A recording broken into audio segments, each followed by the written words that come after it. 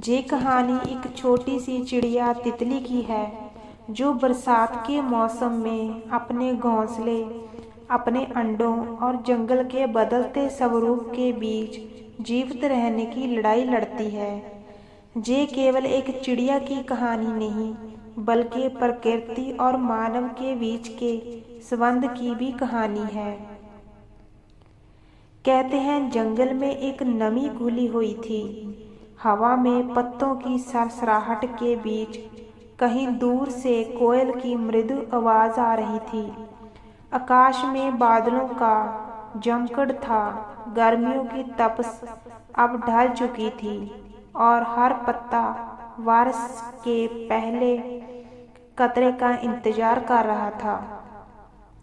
पेड़ों के बीच एक बबूल की शाख पर एक छोटी सी चिड़िया फुदक रही थी, जिसका नाम था तितली।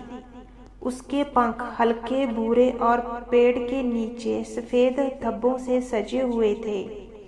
आज वह सुबह से ही व्यस्त थी। सूखी घास, छोटे पत्ते और बारीक तिनके अपने नुकीले चोंच से उठाकर वह डाल पर रख रही थी। उसका साथी बादल पास की डाल पर बैठा था और उससे देख रहा था। इतनी मेहनत मत कर तितली, बादल बोला।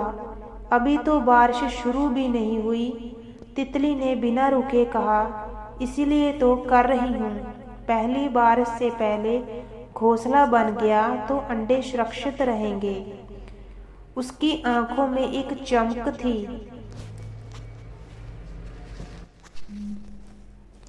जीवन की सबसे सुंदर जिम्मेदारी का सपना। ये उसकी पहली बरसात थी जब वह माँ बनने वाली थी। आसमान में पहली बिजली चमकी, बादल गरजा और तितली ने डरकर अपने पंख समेट लिए। डरो मत, बादल मुस्कुराया। ये तो बस उसका अंदाज है आने का। धीरे धीरे बूंदें गिरने लगी, पहले हल्की फुहारें, फिर तेज बारिश। जंगल की मिट्टी से उठी गंध पूरे वातावरण में फैल गई, सौंधी ताजी जीवन से भरी हुई। तितली अपने घोंसले में छिपी थी और बादल उसके ऊपर अपने पंख फैलाकर उसे बचा रहा था। बरसात के दूसरे दिन तक घोंसला पूरा हो चुका था। बबूल की शाख पर एक छोटा गोल मुलायम घर था। तितली ने उसमें 2 अंडे दिए, सफ़ेद और हल्के गुलाबी बिंदुओं वाले। उसने उन्हें बड़ी गर्म नमी से अपने पंखों के नीचे छिपा लिया। बाहर बारिश की रिमझिम चलती रही। दिन बीतते गए, जंगल हर दिन नया हो रहा था। नए पौधे, नए कीड़े और हर जगह जीवन का संगीत। लेकिन उसी के साथ एक बेचैनी भी थी। बरसात के साथ साथ नाले का पानी बढ़ने लगा था। कई पेड़ जड़ों से हिल चुके थे। बबूल का पेड़ तो मजबूत था, मगर नीचे की मिट्टी धीरे धीरे धंस रही थी। एक दोपहर जब आसमान फिर से गहरा नीला था, दूर कहीं से कुछ अजनबी आवाजें आई, मनुष्यों की। तितली ने झांक कर देखा। 3 आदमी जंगल के किनारे पेड़ काट रहे थे। उनके पास आरी और रस्सियां थी। वे क्या कर रहे हैं? तितली ने चिंतित होकर पूछा। बादल ने देखा और बोला, शायद रास्ता बना रहे हैं। मगर अगर उन्होंने हमारा पेड़ काट लिया तो? दोनों की आंखें मिल गई। उस घोंसले में छिपे अंडों से ज्यादा कीमती उनके लिए कुछ नहीं था। शाम को जब बारिश फिर से शुरू हुई, पेड़ के नीचे एक छोटा सा बालक दिखा, मनु। वह लगभग 10 साल का था। सिर पर केले के पत्ते का टुकड़ा रखे और हाथ में लकड़ी की नाव लिए, वह बारिश के पानी में नाव चला रहा था। उसने ऊपर देखा तो तितली और बादल को देखा। वह मुस्कुराया। मत डरना, मैं तुम्हारा पेड़ नहीं काटने दूंगा। तितली ने उसकी ओर देखा, मानो कुछ समझ गई हो। उस रात उसने बादल से कहा, शायद ये बच्चा हमें बचा लेगा। लेकिन प्रकृति के खेल में किसी का वादा हमेशा नहीं चलता। तीसरे दिन रात को तेज आंधी आई। बिजलियां चमकी, पेड़ झूम उठे और नाले का पानी उफनने लगा। घोंसला डोलने लगा। तितली अपने अंडों को सीने से लगाकर बैठी थी। बादल ने पेड़ की जड़ के पास जाकर मिट्टी को रोकने की कोशिश की, पर लहरें बहुत तेज थी। एक बिजली पास के पेड़ पर गिरी, चमक और ध्वनि से पूरा जंगल हिला दिया। सुबह जब सूरज निकला, जंगल शांत था। कई पेड़ गिर चुके थे। हवा में टूटे पत्तों की गंध थी। बबुल का पेड़ टेढ़ा हो गया था, मगर उसका घोंसला अब भी शाख पर टिका था। तितली ने आंखें खोली। अंडे सुरक्षित थे। वह मुस्कुराई, जैसे जीवन ने फिर उसे एक मौका दिया हो। सूरज की धूप जब पेड़ों की फुनगियों से छनकर आई तो जंगल की हर चीज पर एक चमक सी थी। रात की बारिश थम चुकी थी, लेकिन हवा में अब भी नमी घुली थी। पेड़ों के पत्तों पर मोती जैसे झलकन लटकते थे और हर तरफ जीवन का नया संगीत गूंज रहा था। तितली ने अपने पंख फैलाए और चारों ओर देखा। घोंसला अब भी सलामत था और दोनों अंडे सुरक्षित थे। वह थोड़ी देर के लिए आसमान में उड़ गई ताकि भोजन जुटा सके। बरसात के मौसम में कीड़े मकोड़े बहुत मिलते हैं, मगर उसी के साथ कई खतरे भी। झाड़ियों के बीच से उड़ते हुए उसने नीचे देखा। मनु पेड़ के पास आया हुआ था। उसके हाथ में एक मिट्टी का कटोरा था, जिसमें उसने चावल के कुछ दाने और पानी रखे थे।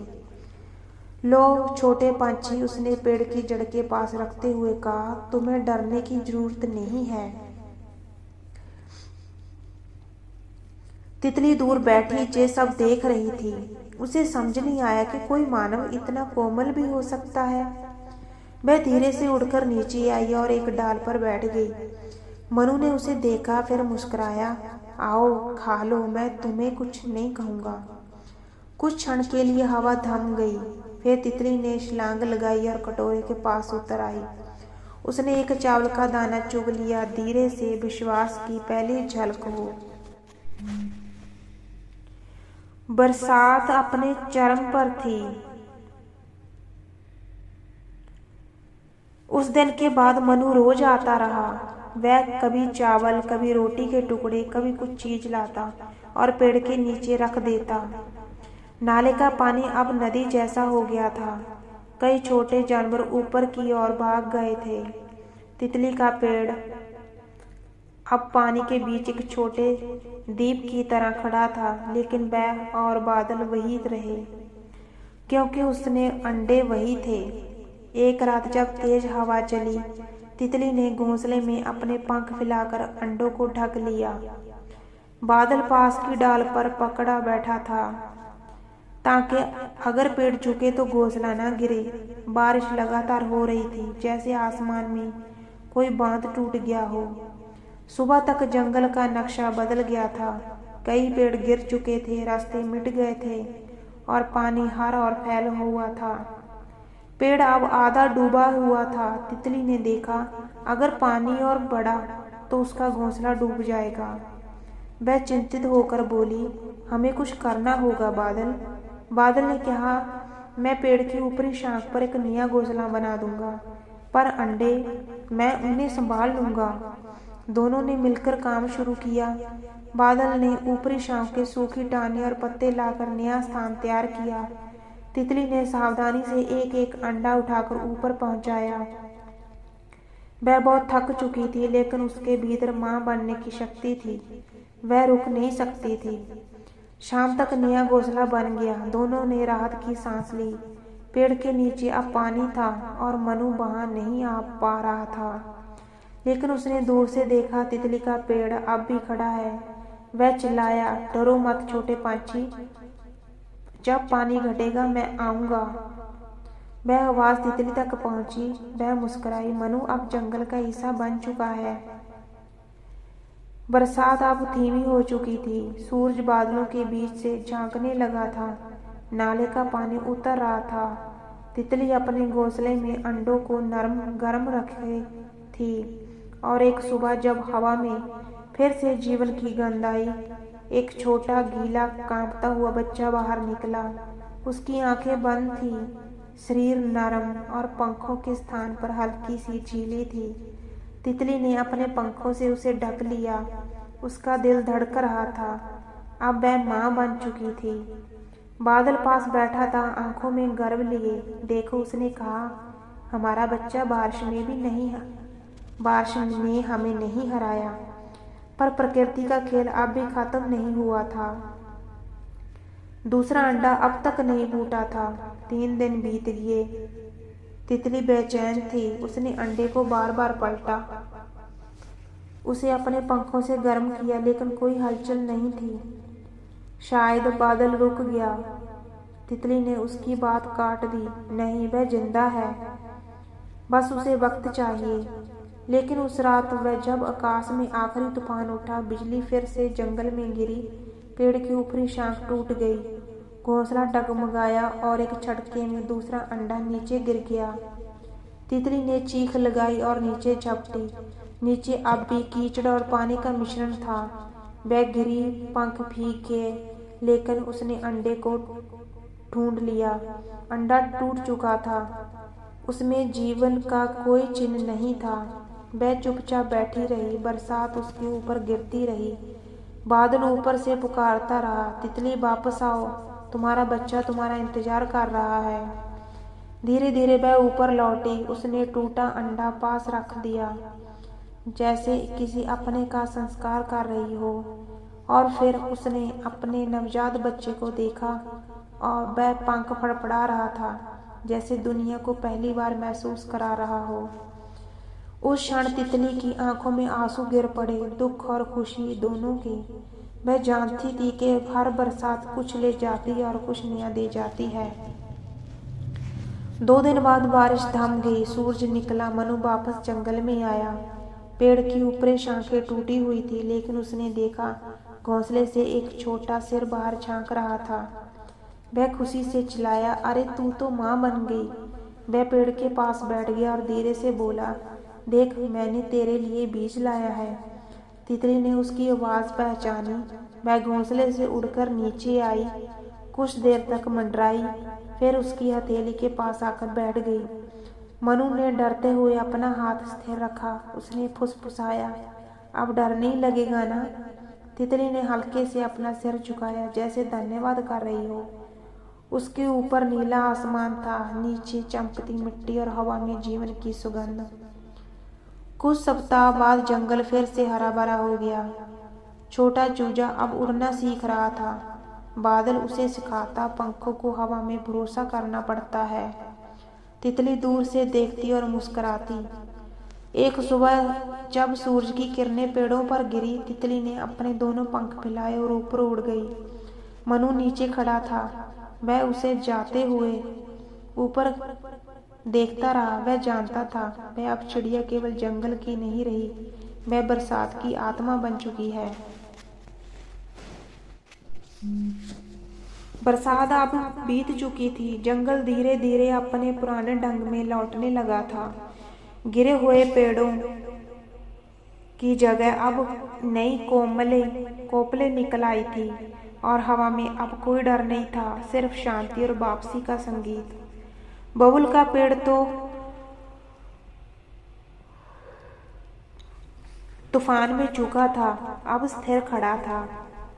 उसकी शाख पर तितली का घोंसला अब भी मौजूद था, लेकिन उसमें अब सिर्फ एक चूजा था, जिसे तितली और बादल ने मिलकर नाम दिया था बूंद। बूंद हर दिन थोड़ा थोड़ा उड़ना सीख रहा था। वह डाल से उछलता, थोड़ी दूर फड़फड़ाता और फिर थककर माँ की गोद में आ गिरता।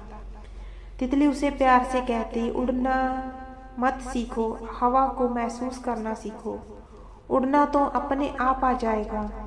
बादल पास की शाख पर बैठा उसकी हर कोशिश पर तालियां बजाता, अपने पंखों से हवा की सरसराहट निकालता, जैसे कह रहा हो, देखो मेरा बेटा पंखों से नहीं हिम्मत से उड़ना सीख रहा है। जंगल के किनारे रहने वाला मनु अब रोज वहां आने लगा था। उसकी आंखों में बचपन की उत्सुकता के साथ साथ एक गहराई भी थी। वह समझने लगा था कि जंगल केवल पेड़ों और जानवरों का नहीं, बल्कि भावनाओं और जीवनों का घर है। कभी वह पेड़ के नीचे बैठकर चित्र बनाता, कभी बूंद को दाने खिलाता, कभी बारिश की यादों को मिट्टी पर लिख देता। उसकी माँ अक्सर डांटती, हर वक्त जंगल के पास मत भटका कर, वह जंगली जानवर है।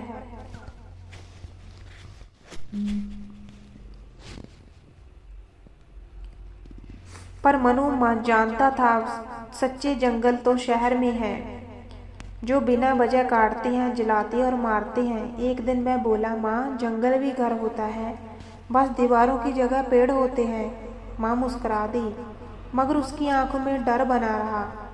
एक सुबह जब आसमान बिल्कुल साफ था, तितली ने देखा कि बूंद शाख के किनारे बैठा है। उसके पंख अब मजबूत हो चुके हैं, पर अभी भी उसने अनिश्चितता थी। तितली ने उसे पुकारा, आज हवा बहुत कोमल है, चलो उड़ते हैं। बूंद ने माँ की आंखों में देखा, जैसे कह रहा हो, क्या मैं सच में उड़ सकता हूँ? तितली ने सिर हिलाया, उड़ना कोई मंजिल नहीं बेटा, ये भरोसे की शुरुआत है। बूंद ने आंखें बंद की, हवा ने उसके पंखों को छुआ और अगले ही क्षण वह नीचे की ओर झपटा। कुछ क्षण के लिए लगा कि मैं गिर जाएगा, लेकिन तभी हवा ने उसे थाम लिया। वह उड़ गया, पहली बार खुले आसमान में, पेड़ों, झाड़ियों, नदियों के ऊपर। तितली ऊपर से उड़ती रही और बादल गर्व से बोला, देखो हमारा बच्चा अपने मौसम का बारिश बन गया है। पर जंगल की शांति ज्यादा दिन टिक नहीं सकी। बरसात के बाद इंसान लौट आए। वह अब और अंदर तक आ गए थे। वे पेड़ों पर निशान लगा रहे थे और मोटी रस्सियों से तनों को माप रहे थे। मनु ने ये सब देखा और दौड़कर उनके पास गया और बोला, ये पेड़ काटो मत, ये चिड़िया के घोंसले हैं। मजदूर हंसे, चल हट बच्चे, ये सरकारी काम है। मनु की आंखों में आंसू आ गए।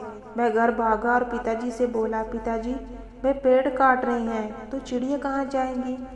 पिता ने दुकान पर ही आवाज से कहा, बेटा जंगल सरकार का है, हम क्या कर सकते हैं? पर मनु ने ठान लिया वह कुछ करेगा।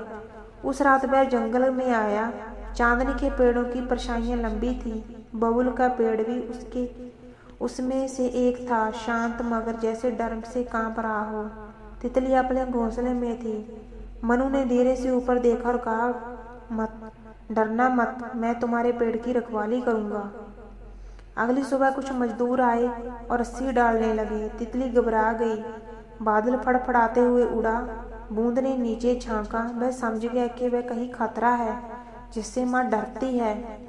मनु ने पेड़ के सामने खड़े होकर चिल्लाया, ये पेड़ नहीं काटेगा। हट जा बच्चे, एक आदमी ने कहा, ये जंगल तुम्हारा नहीं है। मनु ने कहा, ये मेरा नहीं, हम सबका है। इसमें बारिश की खुशबू है, चिड़ियों के सपने हैं और हवा की सांस है। आदमी हंसे, मगर तभी आसमान में बदल गरजे, पहली बिजली चमकी। अचानक मौसम बदल गया, मानो खुद जंगल में मनु की पुकार सुन ली हो। तेज हवा चली, बारिश शुरू हुई। मजदूर भागे। मनु पेड़ से चिपक गया, भीगता रहा मगर डटा रहा। ऊपर से तितली ने देखा एक छोटा मनुष्य जो अपने से कई गुना बड़े पेड़ के अपने बाहों के लिए खड़ा है। वह उड़कर नीचे आई। मनु ने कंधे पर बैठ गई। उसने पंख ठंडे और गीले थे, पर उसने एक अनोखी गर्माहट थी। बारिश बढ़ती गई। हवा इतनी तेज चली कि पेड़ की एक शाख टूट गई। घोंसला हिलने लगा। बूंद डर गया, माँ हम गिर जाएंगे। तितली ने कहा, अगर कभी गिरो तो याद रखना, हवा हमेशा तुम्हें उठाने आती है।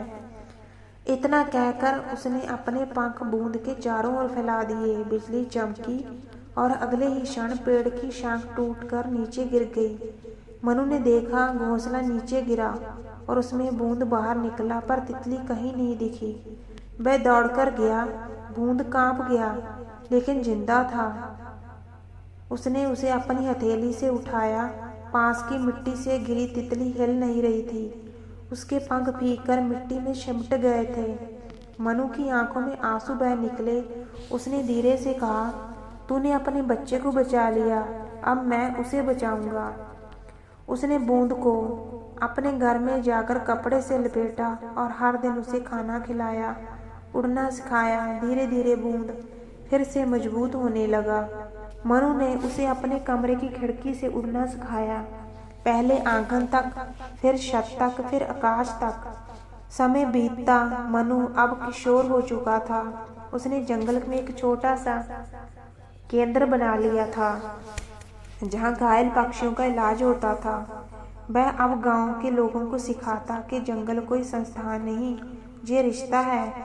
हर बरसात में जब बादल गरजते हैं, वह आसमान की ओर देखता और मुस्कुराता। तितली, तेरी संतान अब भी उड़ रही है। कभी कभी वह देखता एक पूरे सफेद पंखों वाली चिड़िया बबूल के पास मंडरा रही है। वह शायद बूंद की संतान थी। वही आवाज, वही उड़ान, वही आत्मा। मनु ने उसके लिए नया घोंसला बनाया, ठीक उसी पेड़ पर जहाँ तितली ने एक दिन अपने अंडे दिए थे।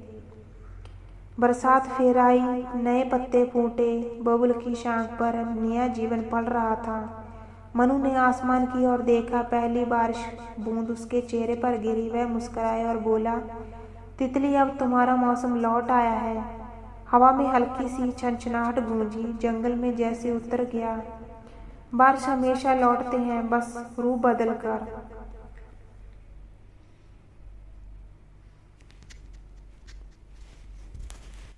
अगर ये कहानी आपको अच्छी लगी तो इस कहानी को लाइक और शेयर जरूर कीजिए।